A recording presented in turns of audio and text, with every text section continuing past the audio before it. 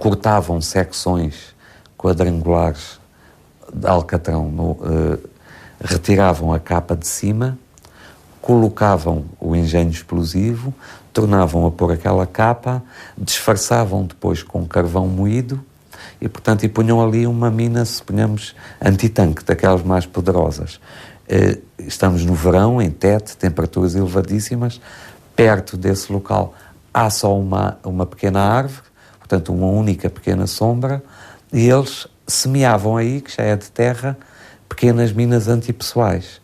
Portanto, passa o veículo, aciona a mina, morre gente, a tendência é de levar os feridos para a sombra da árvore, onde acionam as outras minas. As nossas colunas eram uma desgraça, aquilo eram minas sucessivas sobre as estradas de circulação. Era uma desgraça, os nossos soldados eram estilhaçados, os afetivos das pernas nisto, daquilo, uma desgraça. Durante o mês de junho de 1970, Moeda, a pequena povoação sede da circunscrição dos Macondes, no extremo norte de Moçambique, preparou-se para servir de cenário à grande operação que o general Caúza da Arriaga montara para vencer a Frelimo. A Operação Nogórdio juntaria cerca de 8.000 homens no Planalto dos Macondes. O conflito, iniciado em 1964, seguia a corrente independentista do pós-guerra, que tinha eclodido noutros territórios ocupados por potências europeias. Well, the war in Mozambique began after war had already begun in Angola and Guinea. The Angolan rising, which took place in 1961, was very disorganized, very spontaneous uprising. But it did force the nationalists to commit themselves to an armed struggle. Na celebração dos 40 anos do Estado Novo, Salazar deixa expressa a sua ideia conservadora do direito internacional, seguindo ao revés da nova ordem do pós-guerra. Vivemos uma época que, apesar de uma verdadeira explosão científica e correspondente progresso em numerosos setores da vida, se apresenta excessivamente perturbada da consciência dos homens e dos povos. Esta perturbação resulta de se terem rompido com a Segunda Grande Guerra numerosos equilíbrios sobre que assentava a vida social e as relações dos Estados, e também das ideias admitidas para a criação da sociedade futura. O mal vem, portanto, dos factos e das situações criadas, e também dos erros de julgamento e de pensar que nos invadiram e constituem veneno corrosivo da ação. There's no doubt that Salazar believed that the war in Africa was a war against communism, as well, of course, as a war to keep himself in power. One should never forget that. Se a experiência vale alguma coisa, devíamos tirar daqui uma ilação. A força pode fazer revoluções, mas não pode só por si mantê-las sem o apoio da consciência nacional. A ideia de que a nação está hoje cloroformizada pelo medo ou por uma espécie de vitaminose política é incompatível com o entusiasmo e a confiança com que se bate em 3 territórios ultramarinos. Os sucessos militares iniciais não indiciavam o final da guerra colonial que se arrastava desde 1961. A fraca mobilização inicial foi-se perdendo e a contestação ao regime e à política ultramarina, sobretudo por parte dos mais jovens, fazia-se sentir com frequência, apesar de violentamente reprimidas. Externamente, o regime contou com algum apoio dos seus aliados, nomeadamente os Estados Unidos. Increasingly, the United States, particularly under Nixon, came to believe this as well. And you get the movement of the United States from supporting African nationalists to supporting the South Africans and the Portuguese in their wars in the southern part of the continent. So the United States also came to believe that it was essential to fight this war to prevent the spread of communism. Para além disso, e não só por esta razão, mas também depois da Segunda Grande Guerra Mundial, todos os impérios, portanto, todos os países europeus que tinham, portanto, possessões, colónias em África, começaram a sentir, os povos africanos a seguir à guerra, realmente essa ânsia, essa necessidade de libertação, de serem também autores e senhores da terra, digamos, onde nasceram. As potências coloniais do pós-guerra, na sua maioria democracias parlamentares, cederam à pressão exercida pelos emergentes movimentos de libertação, dando a independência aos seus territórios tão rapidamente quanto lhes foi possível. Os ataques efetuados pela UPA no norte de Angola, em 14 de março de 1961, o êxodo das populações ao horror dos acontecimentos, abalaram a soberania nacional nos territórios africanos. Ainda em dezembro, o gigante indiano manifesta a intenção de recuperar os pequenos territórios de Goa, Damão e Tiu, há muito posse de Portugal.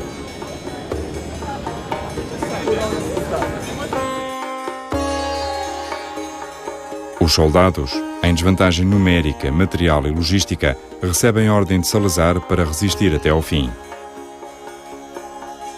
No penúltimo telegrama enviado a 14 de dezembro ao governador-geral, general Vassalo e Silva, Salazar escrevia assim: Não prevejo possibilidade de tréguas nem prisioneiros portugueses, como não haverá navios rendidos, pois sinto que apenas pode haver soldados e marinheiros vitoriosos ou mortos. Contudo, tal não virá a acontecer, pese embora a tensão que se vivia.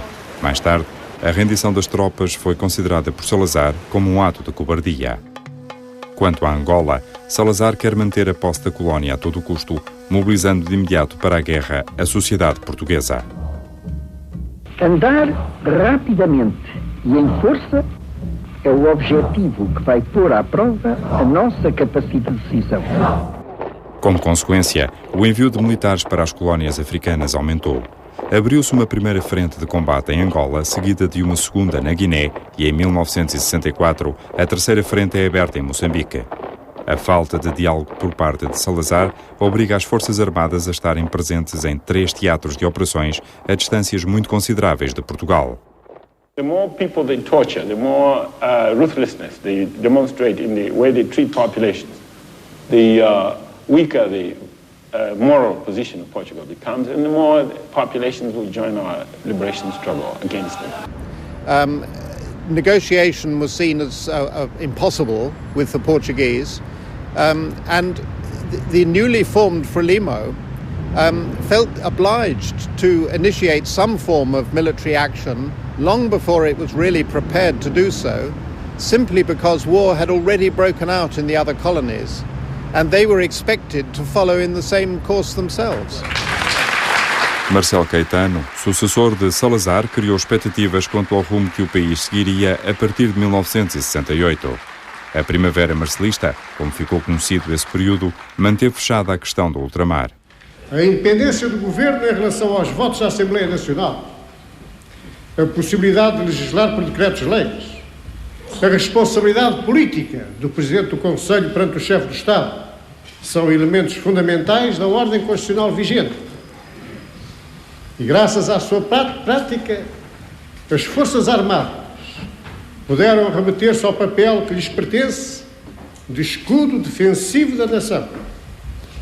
Salazar criou um exército, não apenas por lhe ter renovado os quadros, por o ter dotado de material, por lhe haver construído quartéis, mas, sobretudo, na medida em que restaurou a disciplina abalada, a disciplina sem a qual não existem nem a estrutura nem o espírito militares, separando nitidamente o que é do foro da política, a cargo dos órgãos de soberania, e o que pertence às Forças Armadas, que no silêncio e na obediência encontram a grandeza da sua nobre missão de servir. No tempo de Salazar, a guerra era conduzida sobretudo a partir de Lisboa. E isto vem numa tradição antiga nas colónias, digamos, em que as ameaças internas à ordem eram resolvidas pelas forças locais, mas as ameaças à soberania eram enfrentadas por meio do despacho de forças expedicionárias da metrópole, não é? A guerra arrastava-se de uma forma lenta para ambas as partes. Por um lado, Portugal não proporcionava meios materiais suficientes para as suas tropas de além-mar. Por outro, a guerrilha moçambicana, quanto mais penetrava na colónia, mais dificuldades logísticas apresentava. O facto das linhas de abastecimento, à medida que a Frelimo progredia, militarmente estarem já muito distendidas e ameaçadas. Portanto, as questões logísticas eram difíceis de resolver quando a Frelimo começou a penetrar na zona da Zambésia e etc. Não é? Well, initially the Portuguese believed that Frelimo was weak militarily and that the war could be confined to the northern areas of Mozambique where there were very few people and no important economic installations. Portugal didn't have a great deal of military resources, and they therefore, in a sense, tried to fight the war as cheaply as possible and as cost-effectively as possible. Para garantir uma melhor eficácia operacional, Marcelo Caetano decide nomear, no final da década de 60, 3 generais, comandantes militares para cada uma das frentes de combate: Spínola, Costa Gomes e Caúlza de Arriaga. Caúlza de Arriaga, general oriundo da arma de engenharia, desde cedo começou a evidenciar o dinamismo e ambição que caracterizarão a sua carreira. É o responsável pela criação da Força de Paraquedistas, em 1956, subsecretário de Estado da Aeronáutica e um dos principais opositores ao golpe de Botelho Muniz, demonstrando assim o seu apoio à ditadura. Como comandante militar de Moçambique, Caúlza de Arriaga leva consigo uma doutrina de abordagem à guerra colonial diferente dos seus antecessores. A partir desta altura começam, a condução da guerra a descentralizar-se, a surgir uma espécie de caudilhos militares, não é? Vamos ter, um pouco depois, vamos ter o Costa Gomes em Angola, o Spínola na Guiné e, obviamente, o Caúlza da Arriaga em Moçambique, não é? O comandante anterior ao general Caúlza da Arriaga em Moçambique, como comandante-chefe, foi o general Costa Gomes. Nunca comandante-chefe, mas como comandante militar. E foi no seu período que, na verdade, a capacidade dos Macondes nesta área se fortificou completamente. Era impossível manter o núcleo do Planalto dos Macondes totalmente na mão do inimigo, com uma abstenção das nossas tropas de se poderem movimentar, não digo à vontade, porque estamos num estado de guerra, mas pelo menos no mínimo exigível numa contra-guerrilha. Os fracassos da Frelimo no sul, a partir de Lourenço Marques, e no centro, nas regiões da Zambésia e de Tete, fez centrar a sua ação durante os primeiros anos no norte, nos distritos do Niassa e Cabo Delgado, e assentar a sua força combatente nos Macondas.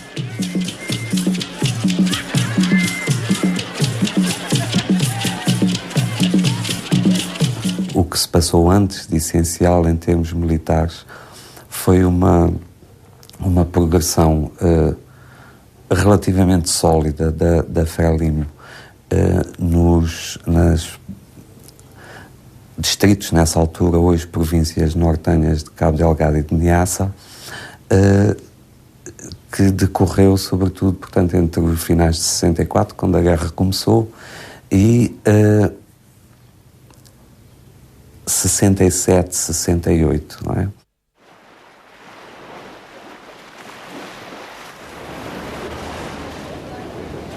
A 3 de fevereiro de 1969, em Dar es Salaam, Eduardo Mondlane é vítima de atentado ao receber um livro armadilha.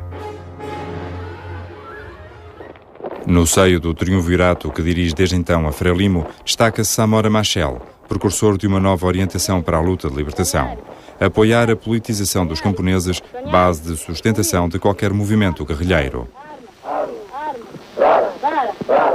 A partir de finais de 67, há razões políticas internas, nomeadamente divergências de fundo em relação à condução da própria guerra, nomeadamente com uma linha que defendia ações militares mais espetaculares nas cidades, etc.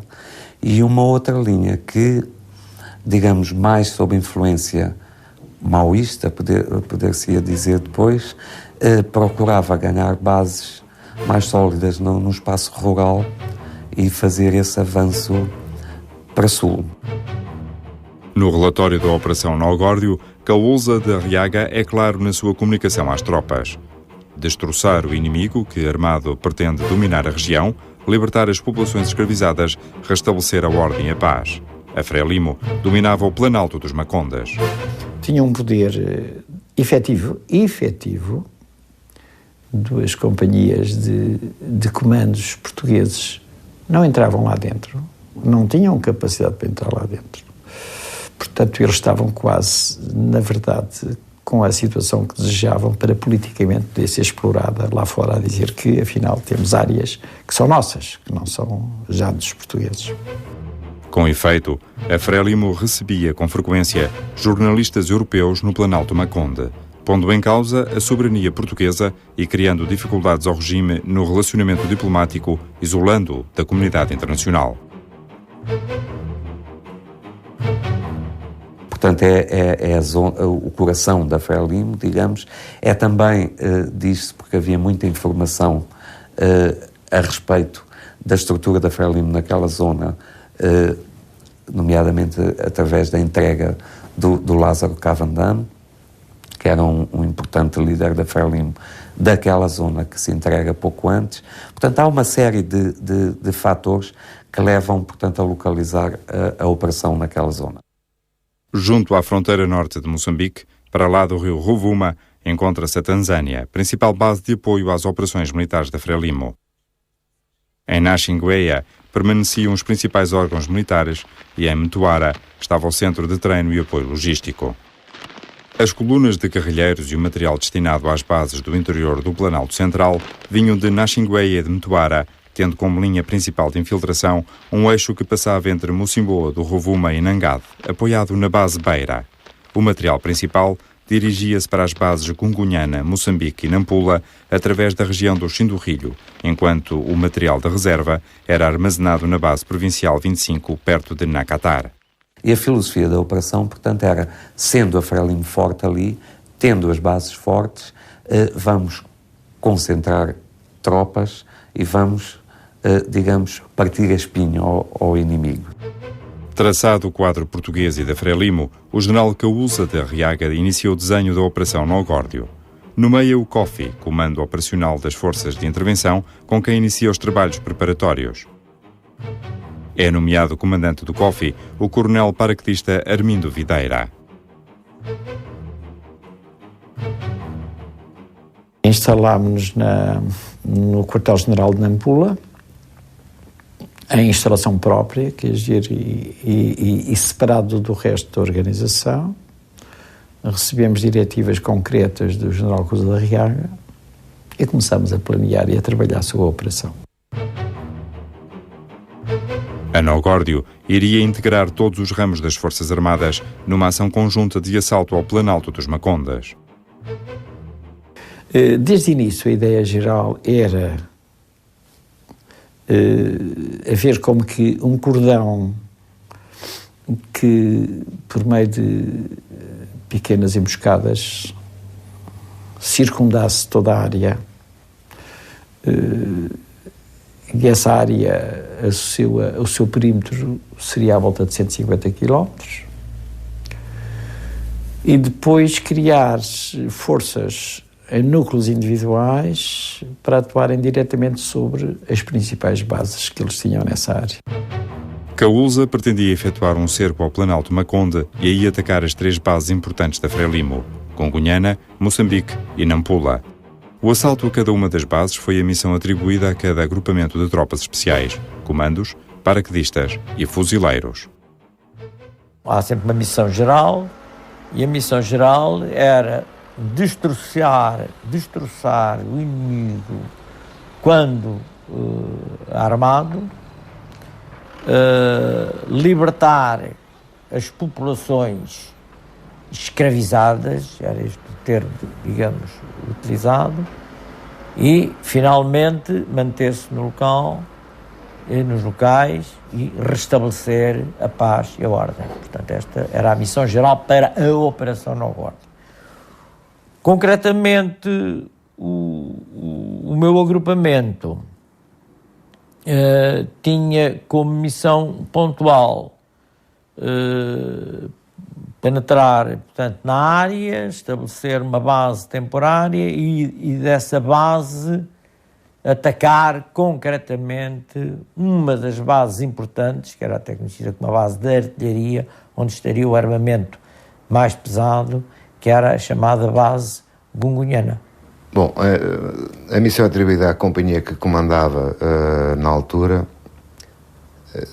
juntamente com mais 3 companhias de paraquedistas, eram as companhias existentes em Moçambique.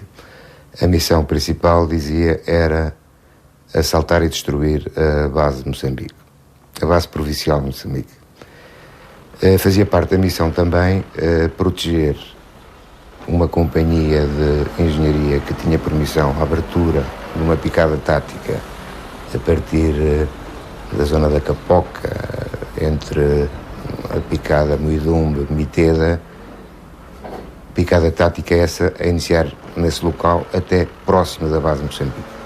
Próximo, um local que garantisse e que desse possibilidade à bateria de artilharia, que também fazia parte dessa coluna, proceder ao bombardeamento prévio dessa base. Essa missão de proteção e a missão de assalto e destruição da base de Moçambique era fundamentalmente a missão principal da companhia, que comandava na altura.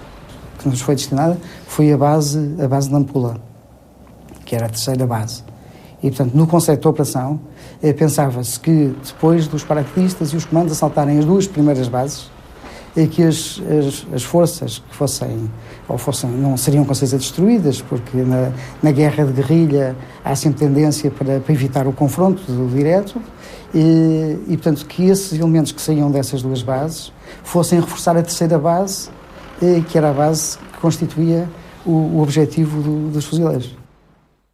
A concentração das forças portuguesas realizou-se em Moeda, pequena povoação sede da circunscrição dos Macondas.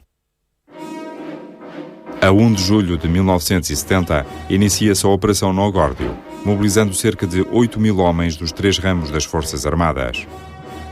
Para a manobra terrestre, foram utilizadas várias especialidades: comandos, paraquedistas, fuzileiros, engenharia, artilharia, transmissões, helicópteros, serviço de saúde, apoio e ação psicológica.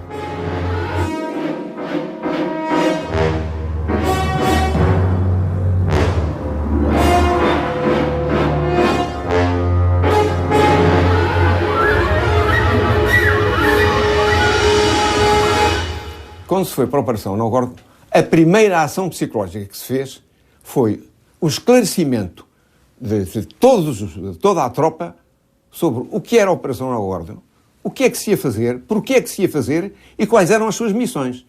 E uma das missões atribuídas, está escrito isso, está escrito nos documentos que há de preparação para a Operação Nogórdio. A primeira parte é instruções às tropas. E uma das coisas que existe é precisamente a forma de receber os macondes que se apresentassem. A ação psicológica prevista não constituía novidade na Nogórdio. As Forças Armadas Portuguesas cedo se aperceberam de que o seu sucesso militar dependia do apoio que prestassem aos povos sob a influência dos movimentos guerrilheiros. As ajudas sanitária e médica e o ensino tomaram parte no conflito, com a formação de pequenas brigadas de apoio psicossocial, sem contudo descaracterizar a realidade cultural da população. Por volta dos primeiros anos da década de 60, eu penso que houve um curto período em Portugal em que a discussão se abriu um pouco sobre a condução da guerra, sobretudo com o envolvimento de alguns sociólogos portanto, gente do mundo académico que opinava também e que defendia, lá está, tal como os ingleses, que a melhor resposta para a guerra era induzir o desenvolvimento. So as the war progressed, there were people in the Portuguese command who said it was necessary to try and do the same thing.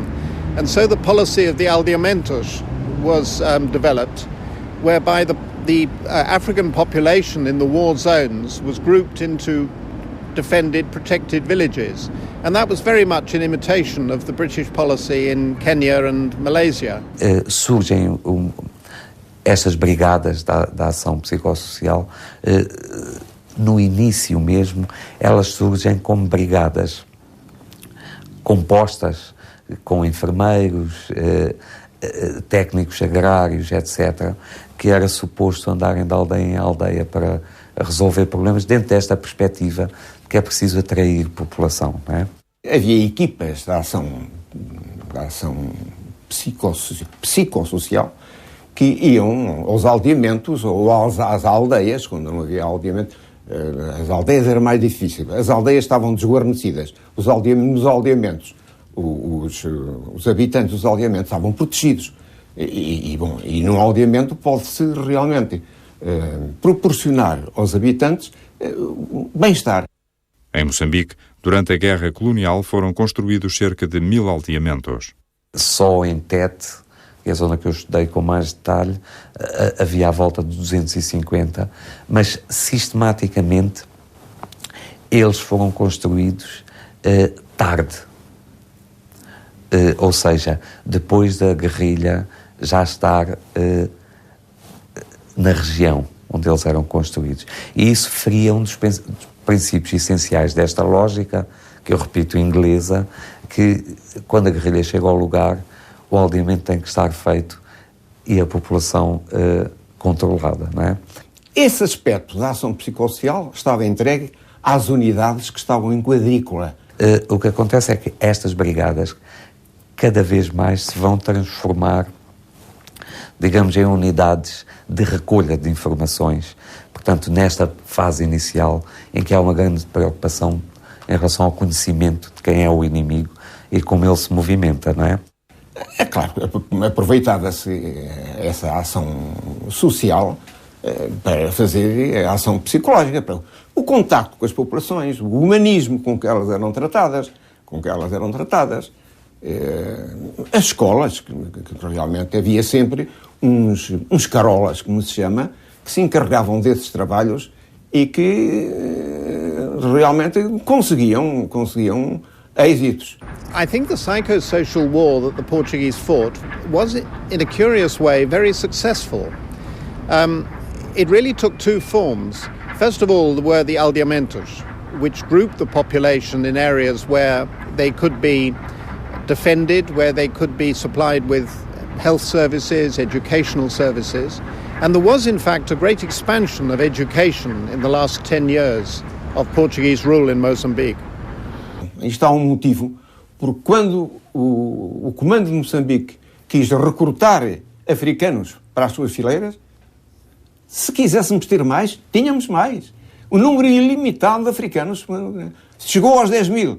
Mas se a guerra tivesse continuado, ainda bem que não continuou, porque a guerra é uma coisa terrível, se tivesse continuado, caminhava-se para uma situação que se chamava a africanização da guerra. De facto, não é em nada inédito que isto tenha sucedido, mas entendo que neste caso concreto que estamos a tratar, o que se passou foi verificar-se que se podia tirar partido da existência de mancebos em Moçambique, estou a falar de Moçambique, que poderiam ocupar perfeitamente os lugares de mancebos de Portugal que estavam a não existir. A questão do ganhar as mentalidades teve muitas facetas e evoluiu. Eu referi já as operações administrativas para ganhar as populações, as acionar no combate aos guerrilheiros e culminou, digamos, com a grande manobra clássica de ganhar as populações que foram os aldeamentos, não é? Portanto, a filosofia seria não só atrair as populações, como também impedir o contacto delas com os guerrilheiros, para, digamos, dessa forma, impedir a possibilidade delas serem ganhas pelos guerrilheiros. Por exemplo, na Operação No Górdio havia muita atividade relacionada com a ação psicossocial, lançar cartazes. Fazíamos panfletos que tinham mais imagem que propriamente palavras, porque a imagem eles percebem, a palavra também era em Macondo, mas podiam não perceber. E lançou-se 1 milhão de panfletos de 25 tipos. Usar aquilo que os americanos chamavam no Vietnã o voice aircraft, portanto, megafones das portas abertas dos NOR-Atlas, dos aviões que voavam muito baixo, a convidar as populações a entregarem-se. Na Operação No Górdio, nós limitámos-nos a equipar um avião Dakota, julgo eu, um avião Dakota com uns alto-falantes e um sistema de amplificação, uma PA, não provavelmente a dos Pink Floyd, mas era qualquer coisa de muito potente em termos de som, e transmitíamos o que nos tinha sido fornecido pela ação psicológica, que eram uns cassetes com gravações em Maconde. 2 vezes por dia, o avião sobrevoava a baixa altitude do Planalto, incitando as populações a aderirem ao projeto português.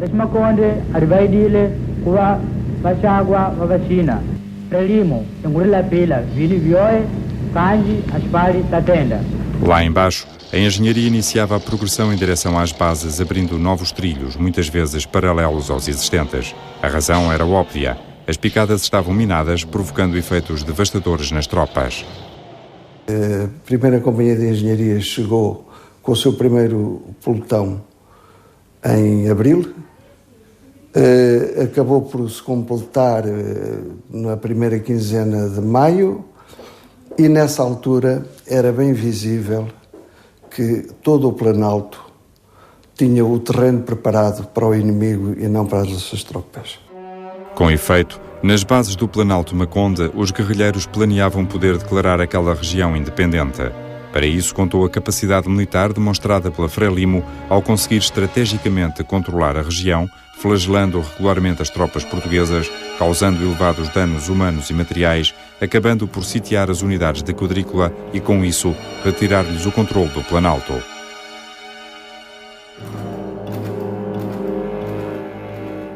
Sendo assim, haveria que modificar o próprio terreno para que a ação pudesse evoluir. E essa modificação passava pela abertura dos itinerários, não só aqueles que viriam a ser feitos para cerco das ditas bases, mas também os itinerários que ligavam as diversas companhias de quadrícula e os diversos centros de comando das futuras ações. A engenharia, com as suas máquinas, com o seu peso logístico, com o seu deslocamento lento para abrir itinerários de acesso aos objetivos, tinha que ter uma proteção eficaz e, portanto, isso envolvia bastantes unidades, tipo companhias de caçadores, que protegiam nos flancos a determinada distância, de modo que toda esta coluna operacional prosseguisse em direção aos referidos objetivos. A artilharia e a infantaria fizeram a segurança às unidades de engenharia que progrediam no terreno. Além do perigo de ataques, os homens que participaram nestas frentes estiveram sujeitos a duríssimas condições ambientais provocadas pelo calor e falta de água. A Companhia de Morteiros Médios completou o trabalho efetuado pela artilharia. Tornava-se necessário uma unidade que pudesse proporcionar um apoio de fogos mais próximo, com maior mobilidade, mais expedito, e isso considerou-se que era ajustado a uma unidade que utilizasse morteiros médios, portanto de calibre 81 mm. O que foi pedido à esquadrilha de helicópteros, na sequência de um crescimento das capacidades instaladas, no crescimento de ações prévias, o que foi pedido foi a capacidade de deslocar, transportar as unidades terrestres e, ao mesmo tempo, apoiá-los pelo fogo no apoio direto com helicópteros canhão. Quando o comando-chefe fez uma operação que era global, o fator noite e dia deixou de contar, porque as coisas continuaram a acontecer de noite. A nossa limitação de ir lá de noite tornou-se mais óbvia do que nos períodos anteriores, em que à noite havia como que um recesso da atividade. E isso obrigou-nos a aprender e a improvisar, chamemos assim, para poder ocorrer de noite, que era uma coisa um bocado improvisada, dadas as condições de equipamento dos helicópteros. Para a montagem do cerco, foram abertas as picadas táticas Nakatur Rio Moera e Nangololo Capoca Macupela Rio Moera, de modo a isolar os núcleos centrais dos cercos descontínuos, norte e sul. A forma convencional da Operação Nogórdio retirou o fator surpresa inerente à guerra de guerrilha. A operação não foi feita no tipo de guerrilha, em que a surpresa seria talvez o fator principal.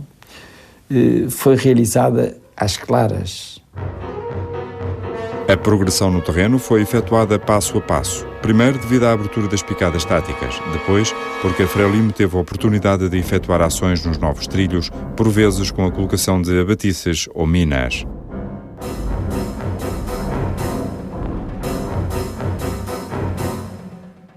Algumas minas antipessoal que ainda colocou. Eu recordo-me que exatamente na picada tática aberta, a picada que eu já referi, aberta pela Companhia de Engenharia, nessa picada apareceram, embora em pequeno número, apareceram algumas minas instaladas.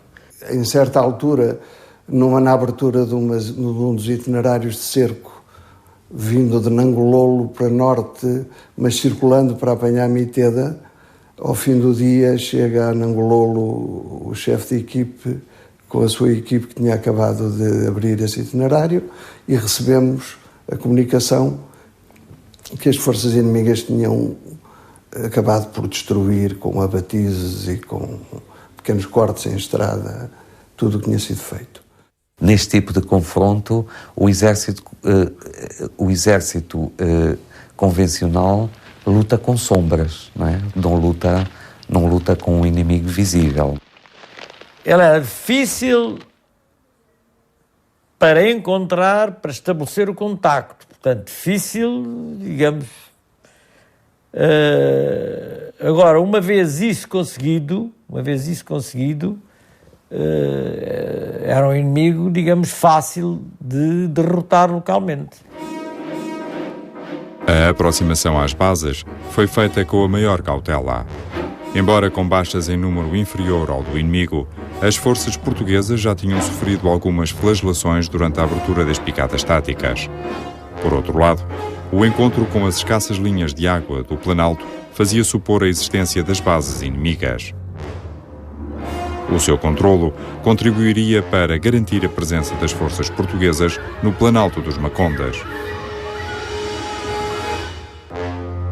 A presença humana adivinhava-se quer através de objetos abandonados, quer pela existência de machambas, garante da subsistência alimentar dos guerrilheiros. Estas hortas, dissimuladas na vegetação, eram difíceis de detectar do ar.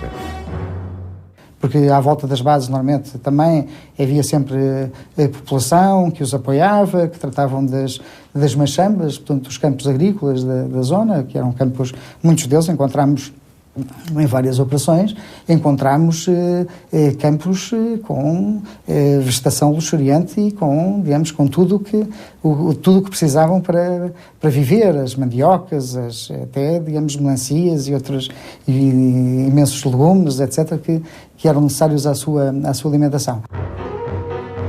No dia 6 de julho, 5 dias após o início da Nogórdio, cai nas mãos das forças portuguesas a base de Moçambique.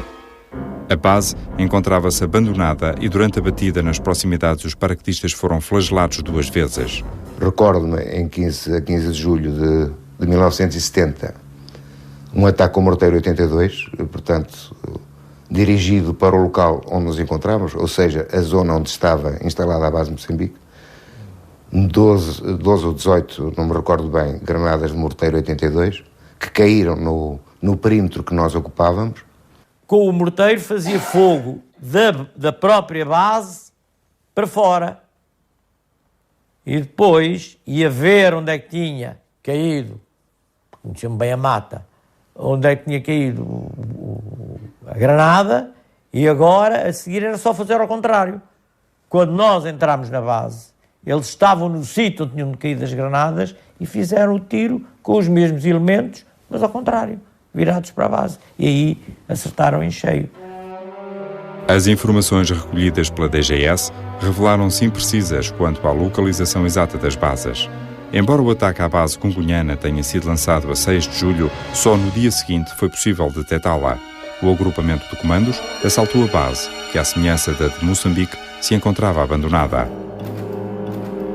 Ora, tendo aberto um caminho no Planalto até um sítio onde se julgava que estivesse a base, e depois ainda ter que andar à procura da base, por terra, por um lado, fizeram-se operações nesse sentido, e pelo ar, por outro lado, quer com helicópteros, fiz vários sobrevoos, eu próprio comandante do agrupamento e o próprio comandante da operação, que é o Coronel Videira, paraquedista. Tudo levava a acreditar que é evidente os artilheiros, entre comas, da base congonhana não estivessem perfilados e em parada à espera que nós lá chegássemos. Não foi surpresa para nós isso suceder, porque na verdade, quer dizer, nós queríamos principalmente terminar com um poder existente organizado e que eles classificavam quase como área libertada, onde procuravam levar figuras políticas que os apoiavam para mostrarem a sua possibilidade. Na base congonhana, apreenderam-se alguns documentos, embora de importância relativa.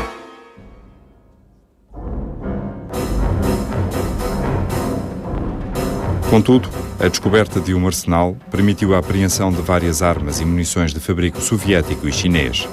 Esta atividade diminuiu substancialmente o potencial bélico da Frelimo no Planalto dos Macondas.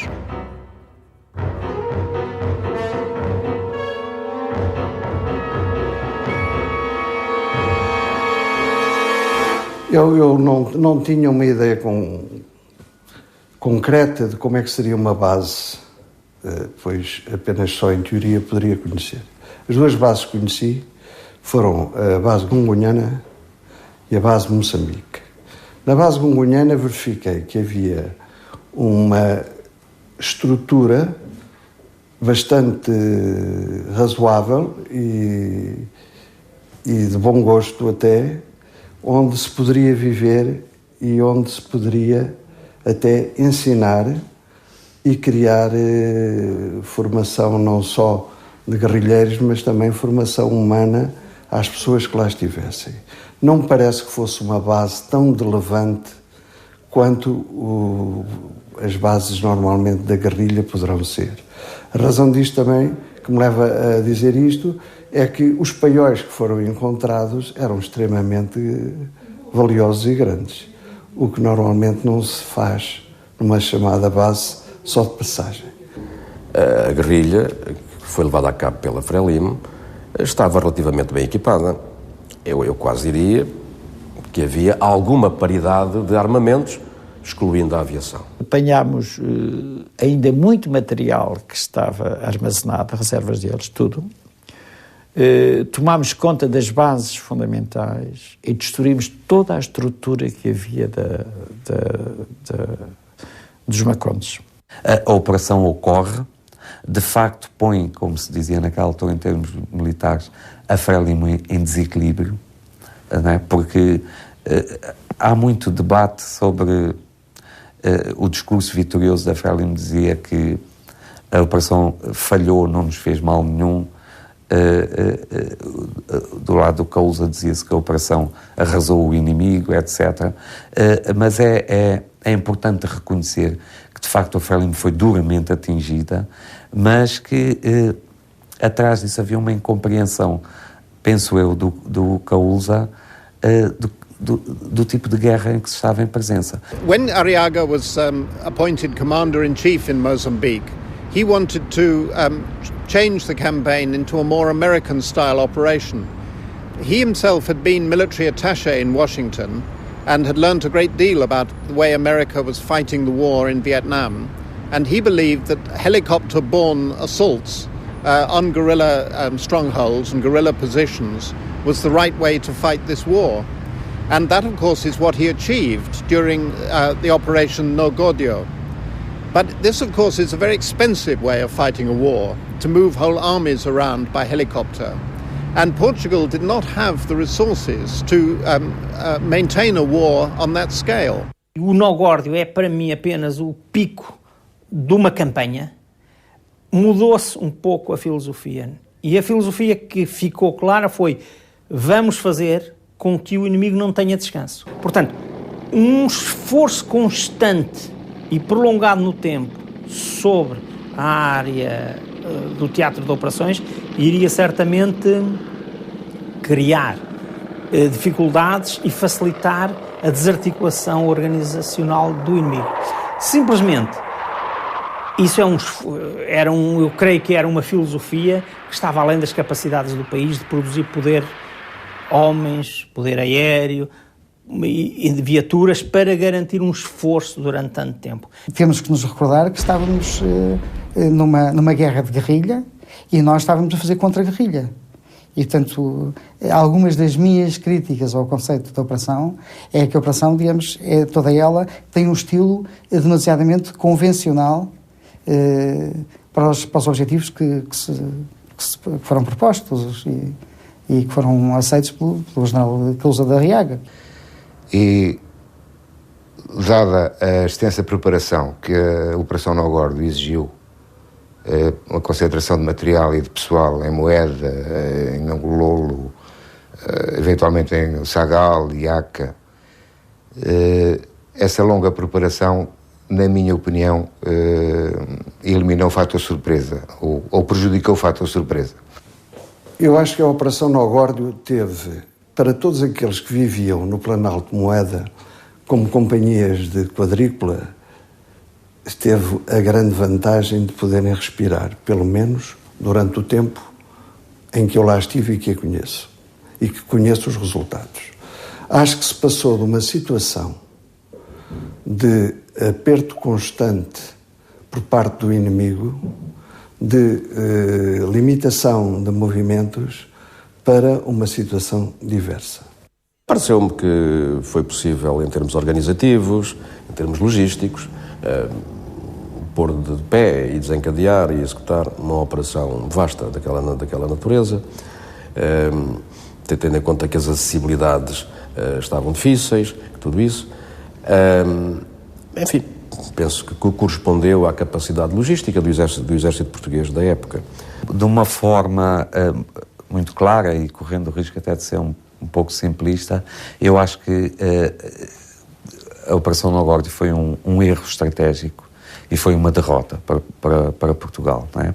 E que marcou claramente dois períodos, portanto a transição para a última fase da guerra, em que se tornou claro que não era possível uma solução militar.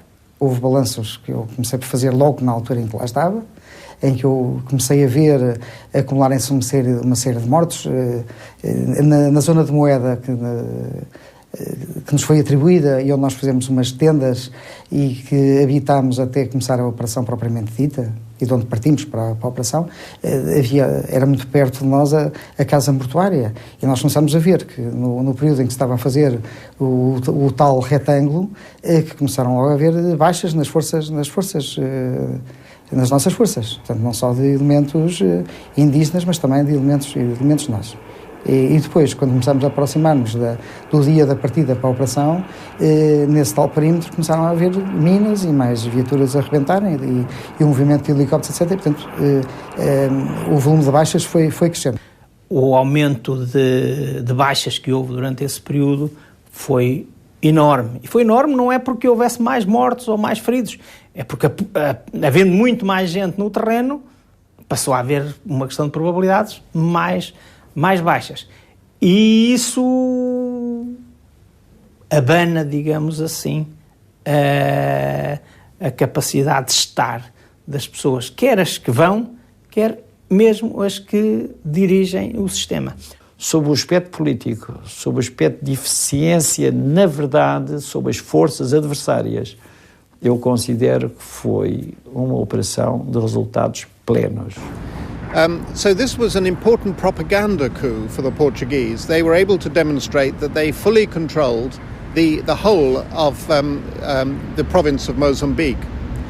On the other hand, it clearly had no long-term military effect, because Frelimo was able to shift its operations to the Tete area, and Caetano gave orders to Arriaga to end the operation simply because it was becoming too expensive to sustain into another campaigning season. Em 1973, o general Caúza de Arriaga é substituído no comando militar de Moçambique. A guerra continuaria ainda até abril de 74.